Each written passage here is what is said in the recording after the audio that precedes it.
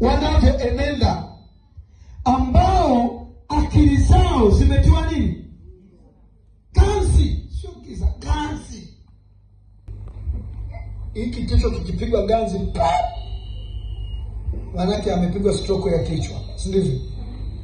Ndio stroke ya nini? Ya kichwa. Kuna mgonjwa shawahi kumwona stroke ya kichwa? Mnakumwona?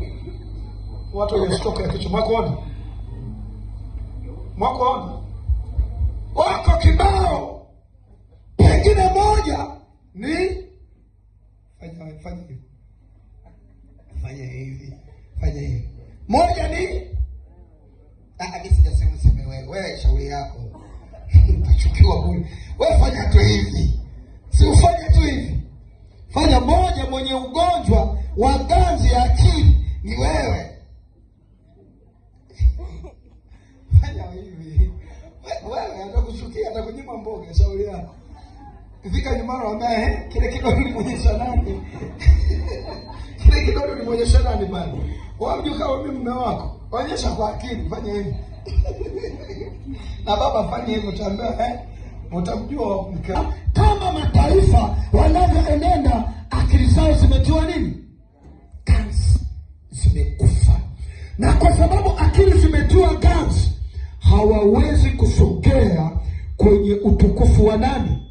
Wa Mungu. Kwa sababu ganzi inamfanya mtu asimjue Mungu, asimpende Mungu, asimwelewe Mungu. Hiyo ganzi ndio inayofungua milango ya maadui kutotawala, kutuonea.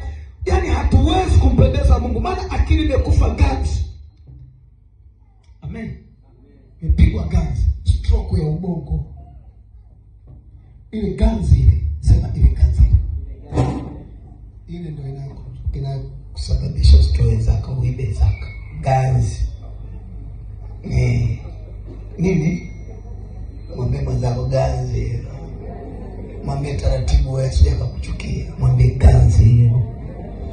Hiyo ganzi, sema hiyo ganzi ndio inakufanya usiwe na adabu mbele ya mume wako. Nini hiyo ganzi? Kama watu wa taifa. Hiyo ganzi ndio inakufanya usipende nini? Ibada. Umeelewa? Umeelewa?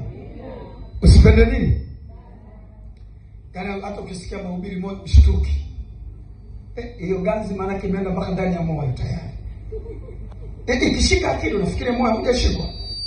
Ishashika moyo, ikishika akili inashika moyo, inashika mikono, inashika miguu, inashika na macho, pua, mdomo, vyote ngii.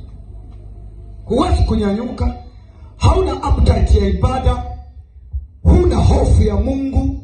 Ganzi ile imeleta madhara kwenye mwili wako, kiwango ambacho inakufanya huoni kama Mungu ni kitu cha thamani tena. Halo? Kwa hiyo unakuwa umefanana na watu wa mataifa ambao wametiwa ganzi, ila kasoro ganzi yako wewe ni ya kisasa. Siku moja unakuja kanisani, matusi, unaogopa kutukana, kaganzi kale kamefyatua fuse fulani nusu huku pa.